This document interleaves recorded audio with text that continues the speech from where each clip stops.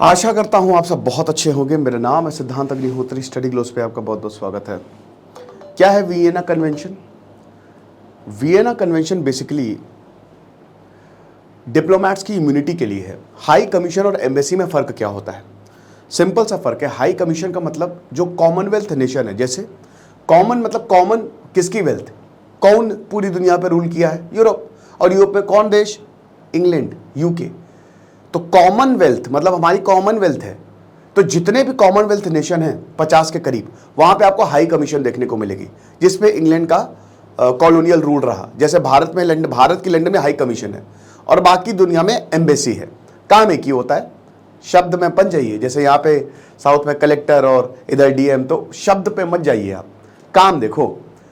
तो यहाँ पे जयशंकर और अभी फिर से काफी ज्यादा ये झगड़ा जो है वो शुरू हो गया है, बात करेंगे। लेकिन उससे पहले दोस्तों, कल हमारी आखिरी दिन है, कल दशहरा भी है। सारे कोर्सेज पे 30% ऑफ है। दशहरा कूपन कोड यूज़ करिए। साल की सबसे बड़ी सेल लाइव है। इसमें आपका पर्सनालिटी डेवलपमेंट, अभी एनएलपी की क्लासेस 26 अक्टूबर से साइकोलॉजिस्ट डॉक्टर मयूरिका दास लेने वाली है। मैं science of dealing with toxic people class ले रहा हूँ। एक सेशन साइकोलॉजिस्ट के, एक सेशन की बात कर रहा हूँ, 2 से 2,500 के होते हैं। हम यहाँ पे आपको 300 में पूरा कोर्स ही दे रहे हैं। बहुत ज़बरदस्त क्वालिटी है। बच्चे तो मतलब आप समझिए कि अगर मैं आपको टेस्टिमोनियल्स दिखाना शुरू कर दूँ, बाकी एनसीईआरटी, यूपीएससी, तो ये सारे कोर्स आपका वेट कर रहे हैं, लूट लो और क्या। तो देखो, शुरुआत तो हुई थी G20 समिट से, है ना। हम सबको पता है सितंबर से शुरुआत हुई थी और ये बहुत आगे बढ़ा कि भैया भारत जो है, क्योंकि देखिए सब कोई आया, दिल्ली एग्रीमेंट साइन हुआ, लेकिन जस्टिन ट्रूडो के साथ जिस तरीके से बड़े बेआबरू होकर, खालिस्तानी पे मैंने काफ़ी लेक्चर्स लिए हैं और आपको पता है कि खालिस्तानी प्रोटेस्ट, अब खालिस्तान एक रियलिटी, मतलब प्रोटेस्ट जो है वो बहुत ज़्यादा हो रहे हैं, ठीक है। तो खालिस्तानी प्रोटेस्ट अब एक रियलिटी बनते जा रहे हैं और ये पूरी दुनिया में हो रहे हैं। अमेरिका में हो रहे हैं, कनाडा में हो रहे हैं, आपके यूके में हो रहे हैं, यूरोप कंट्रीज में हो रहा है, कुछ और जगह भी छुटपुट प्रोटेस्ट हो रहे हैं। तो अब यहाँ पे अभी तक तो था नहीं, सिख फॉर जस्टिस 2008 में पन्नू ने इसको बनाया। अब हर कोई नहीं, 99% इंडिया के साथ है, 1% एंटी इंडिया एलिमेंट्स हैं। अब भारत उनको बार बार कहता है भैया कम करो। अच्छा, ये 2019 के बाद से बहुत ज्यादा हो गए। 2021, 22 लगातार खालिस्तानी रेफरेंडम हुए। आपको जान के हैरानी होगी, लाखों लाखों लोगों ने इसमें पार्ट लिया। तो भारत ने बोला भैया इसको करो काउंटर, क्या कर रहे हो, क्या किधर।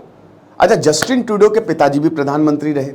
Justin Trudeau youngest prime minister रहे हैं कनाडा के। शुरुआत में तो इनका कार्यकाल अच्छा रहा, 2015 में आए, इन्होंने अपने देश को मुसीबतों से उबारा, लेकिन इनके ऊपर बहुत दाग। इस समय इनको वर्स्ट पीएम बोला जा रहा है, ये तो बर्बाद कर देगा।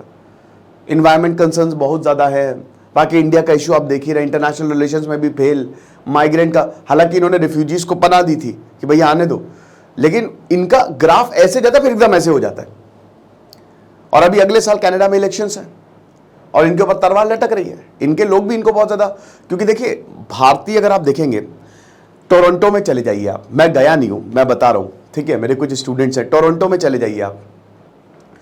एक और वहां पे कनाडा में टाउन है, वहां आपको लगेगा आप इंडिया आ गए, आपको लगेगा आप इंडिया में हो। वहां इतने इंडियंस है, दुकानें इंडियन, घर Indians, specially Sikh. Canada is the favourite destination. Niagara false कहां पे है? कनाडा अमेरिका बॉर्डर पे। कनाडा की तरफ से जाना, नायग्रा टाउन बहुत ही खूबसूरत, मजा आ जाती है। दुनिया की सबसे बड़ी फॉल, अमेरिका से तो छोटी दिखेगी कभी अगर जाना तो, ठीक है। तो बात यह है कि भारत और कनाडा के रिलेशन बहुत बढ़िया हैं।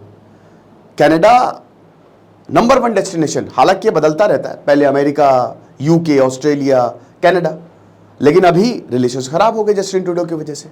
सबसे पहले तो वीजा सर्विस सस्पेंड की।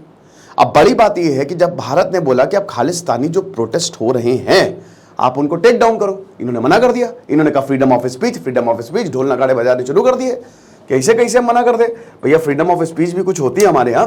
भारत ने बोला बिल्कुल है भैया, फ्रीडम ऑफ स्पीच के चक्कर में आप आतंकवादी को थोड़ी ना बोलोगे कि जाके ब्लास्ट कर दो क्योंकि तुम्हारा फ्रीडम ऑफ स्पीच है, समझ रहे हो। तो ये मत समझाओ भैया। स्कॉटलैंड में आपने देखा क्या हुआ,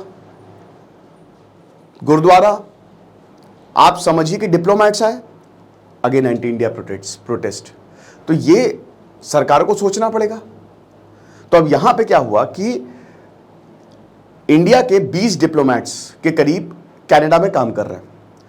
तो भारत ने 10 अक्टूबर को यह बोल दिया कि भैया तुम्हारे 41 डिप्लोमेट्स हैं, टोटल 42 है वैसे, एक फीमेल स्टाफ, 42 डिप्लोमेट्स यहां पे काम कर रहे हैं, तुम्हारा 42 का स्टाफ है, इसको कम करो। पैरिटी कब करो? वियना कन्वेंशन 11.1 भारत ने इन्वोक कर दिया। वियना कन्वेंशन 1964 में आया था। ये बेसिकली डिप्लोमैट्स की इम्यूनिटी के लिए। देखिए, डिप्लोमैट्स बातचीत से मामला हल करना चाहिए और बातचीत के लिए ही डिप्लोमैट्स होते हैं, ठीक है। लड़ाई इज नॉट द सोल्यूशन। इतने सारे वॉर हुए 2000 सालों में, हमने देख लिया। तो लड़ाई इज नॉट द सोल्यूशन, बातचीत करो, और बातचीत के लिए डिप्लोमैट्स बैठे रहते हैं। तो हर देश में डिप्लोमैट्स होते हैं बातचीत के लिए। तो अब यहां पे वियना कन्वेंशन इन्हीं डिप्लोमैट्स की सिक्योरिटी के लिए बात करता है, इन्हीं डिप्लोमैट्स के राइट्स है, इनको इम्यूनिटी मिलती है, पूरी इम्यूनिटी मिलती है। आप ये समझिए कि वो जमीन भले ही बाहर है लेकिन उनको घर की माना जाता है। अगर इन डिप्लोमैट्स पे हमला हुआ तो भारत पे हमला माना जाएगा। अगर इंडियन फॉरेन सर्विस होती है ना, यूपीएससी के थ्रू आप जाते हैं, अगर मोदी जी को पहले वहां के डिप्लोमैट जो मेन होता है हाई कमिश्नर, ठीक है, उससे पहले परमिशन लेनी पड़ेगी तभी जा पाएंगे वो। तो बहुत इंपॉर्टेंट पोस्ट होती है। तो अब यहां पे क्या हुआ कि भैया भारत ने बोला कि ये डिप्लोमैट्स कम करो। वियना कन्वेंशन के हिसाब से 11.1 ये कहता है कि जरूरत हो तो रखो, फर्जी में मत रखो। देखिए, बड़ी लंबी टेक्निकल डेफिनेशन है, मुझे पता है, मैं टेक्निकल डेफिनेशन को बहुत ईजी करके आपके सामने बताता हूं। तो फर्जी सिचुएशन है, सर्कमस्टेंसेस है, तो 42 का 100 का स्टाफ रख लो, लेकिन जबरदस्ती मत भरो। भारत अच्छा है, अच्छा लग गया तो भैया बढ़ते जा रहे हो स्टाफ, इसको कम करो। जितने हमने तुम्हारे रखे उतने ही रखो। 10 अक्टूबर तक डेट है। तो अब यहां पे बोले भैया जेनेवा कन्वेंशन का ये तो उल्लंघन हो रहा है, वियना कन्वेंशन का उल्लंघन हो रहा है। बड़ा इनकी फॉरेन मिनिस्ट्री, अभी कनाडा, मैं आपको बताता हूं बयान क्या दिया, ठीक है। कनाडा की फॉरेन मिनिस्टर जो मेलेनी जोली है, उन्होंने बोला था कि जो भारत कर रहा है वो बहुत ही गलत कर रहा है। हालांकि 10 अक्टूबर से बढ़ा के 20 अक्टूबर डेट कर दी गई थी, ठीक है, 10 दिन और, क्योंकि इतनी जल्दी कैसे होगा। वीजा के लिए भी प्रॉब्लम कि भाई इतने कम लोग हैं तो वीजा के लिए कहां जाए, तो बोला कि आप ईमेल कर दो, दिल्ली मुंबई में काउंसलर एक्सेस आपको मिलेगा ही मिलेगा। तो अभी तो वीजा सर्विसेज सस्पेंडेड है, आपको पता ही है, ठीक है ना। तो यहां पे बोला कि भैया कि 41 कैनेडियन डिप्लोमैट्स आपने विड्रॉ कर लिए, 42 कैनेडियन मेंबर्स आपने विड्रॉ कर लिए, आप क्या समझ रहे हो, उनकी इम्यूनिटी आपने हटा दी, तो ये सही नहीं है। उनकी पॉलिटिकल सेफ्टी रिस्क पे है, ठीक है, उनकी पॉलिटिकल सेफ्टी रिस्क पे है, समझ रहे हो। तो ये जॉली ने बोला, और ये बोला कि भाई देखो, मतलब थोड़ा सा मजाकिया तौर पे, टॉन्टिंग वे में, सार्केस्टिकली जॉली ने ये भी बोला कि भैया ये यूनिलेटरल रिवोकेशन है, मतलब भारत ने तो हमसे पूछा नहीं, खुद ही रिवोक कर लिया। ऐसे थोड़ी ना होता है यार, ऐसा मत करो यार। डिप्लोमेटिक प्रिविलेज और इम्यूनिटी जो है ये इंटरनेशनल लॉ के विरुद्ध है। आपने एकदम से हटा दी इम्यूनिटी। देखिए, आप रहो भारत में, हम इम्यूनिटी नहीं देंगे, सिंपल सी बात है, ठीक है, जेनेवा कन्वेंशन के हिसाब से। तो काफी शार्प क्रिटिसिज्म हुआ है। अच्छा, अब यहां पे जयशंकर ने क्या कहा, यह बहुत इंपॉर्टेंट है। S Jaishankar, ministry of external affairs का यह बयान आया है, ठीक है। यहां पे बोला है कि देखिए, हमने कनाडा की सिक्योरिटी इसलिए हटाई है क्योंकि इनका लगातार, मतलब डिप्लोमेट इसलिए लगातार हमारे इंटरनल मैटर्स में लगातार ये इंटरफियर कर रहे थे, ठीक है। और पैरिटी जो है वो बहुत ही ज्यादा इंपॉर्टेंट है। तो अगर हमारे आपके 20 डिप्लोमेट्स काम कर रहे हैं तो आप जबरदस्ती क्यों 42 डिप्लोमेट्स काम करवा रहे हो? भाई 20 के 20 रखो ना, हमने मना थोड़ी ना किया है। हम तो कह रहे हैं कि आप एक्सेसिव स्टाफ हटा लो, हम आपके स्टाफ को हटाने की नहीं बोल रहे हैं, जितना है उतना रखो, ठीक है। साथ ही साथ उन्होंने ये भी बोला कि देखिए, अभी वीजा सर्विसेज जो है वो होंगी ठीक, लेकिन उसके लिए भारत और कनाडा के रिलेशंस को भी अच्छा होना पड़ेगा। भारत और कनाडा के जो रिलेशंस है उसको भी अच्छा होना पड़ेगा, और लोगों को यह भी समझना पड़ेगा कि भाई ये बहुत ज्यादा जरूरी है। My sense is over a period of time more stuff will come out and people will understand why we had the kind of discomfort and many of them which we did, ठीक है। उसके बाद फिर यहाँ पे ये भी बोला कि अगर हम सिक्योरिटी और सेफ्टी की डिप्लोमेट्स की बात करें तो सबसे इंपॉर्टेंट वियना कन्वेंशन आता है। मैंने आपको बताया कि ये जो डिप्लोमेट्स हैं उनकी राइट्स की बात करता है। अभी बहुत तरीके से इसको कनाडा में चैलेंज किया जा रहा है कि हमने ये किया, लोग यहाँ पे सेफ नहीं है, डिप्लोमेट्स यहाँ पे सेफ नहीं है। तो उन्होंने बोला ये बिल्कुल गलत है, ये एकदम बेकार है, इतने दिनों से तो रह ही रहे ना, ऐसा तो कुछ नहीं है। और उसके बाद पूरी तरीके से रिजेक्ट किया कि जो ये पेरिटी बात करना चाह रहे हैं, वायलेशन ऑफ इंटरनेशनल नॉर्म्स, ये भी एकदम बेबुनियाद है, इस पर कुछ है नहीं। साथ ही साथ जो बायलैटरल रिलेशंस हैं, अगर हम बात करते हैं तो कैनेडियंस डिप्लोमेट भारत में बहुत ज्यादा है और वो लगातार हमारे इंटरनल मैटर्स में इंटरफियर कर रहे हैं। तो ये सबसे बड़ी बात यहां पे बोली है। अच्छा, जस्टिन ट्रूडो ने क्या बोला है, ये भी बहुत ज़्यादा ज़रूरी है।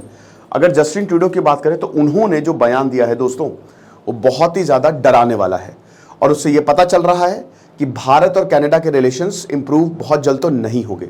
जस्टिन ट्रूडो ने रॉयटर्स को बयान दिया है, देखिए, कि भारतीय सरकार, ध्यान से सुनिएगा, भारत सरकार डिप्लोमैट्स के लिए जिंदगी को बड़ी मुश्किल बनाती जा रही है, और लाखों लाखों कैनेडियंस के लिए ये मुश्किल करती जा रही है, और भारतीयों के लिए भी मुश्किल करती जा रही है जो कनाडा में रह रहे हैं। और ये कैसे कर रहे हैं? लॉ को तोड़ के, जो कि बेसिक प्रिंसिपल होता है डिप्लोमेसी का। सबसे बड़ी बात कि अगर कुछ भी वेलबींग या happiness of the millions of Canadians जो इंडियन सब कॉन्टिनेंट से अपनी ओरिजिन को ट्रेस करते हैं, ये उनके लिए है। आप एक तरीके से कैनेडियंस को दुख पहुंचा रहे हो। सबसे एक और बहुत बड़ी बात बोली कि भैया यहां पे इन्होंने कैनेडियन सिटीजन्स को वार्न कर दिया कि एंटी कनाडा प्रोटेस्ट हो सकते हैं। ये इतनी बड़ी बात भाई कभी नहीं होंगे।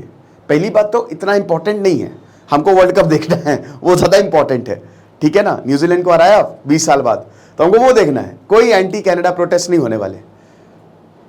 तो ये चीज है, भारत और कनाडा के रिलेशंस इंप्रूव होने चाहिए मुझे, लेकिन लगता नहीं है जब तक जस्टिन ट्रूडो रहेंगे तब तक कुछ होगा। और ऑपोजिशन के लिए वहां पे तो बढ़िया मिल गया उनको, कंजर्वेटिव पार्टी, उनको बढ़िया यहाँ पे मसाला मिल गया कि इसी पे ही जस्टिन ट्रूडो को घेरेंगे। तो देखेंगे आगे क्या होता है। बाकी आप मुझे जरूर कमेंट बॉक्स में बताइएगा क्या आप सोचते हैं। दशहरा कूपन कोड यूज करिए, आपको बहुत ज्यादा फायदा होगा। Thank you so much.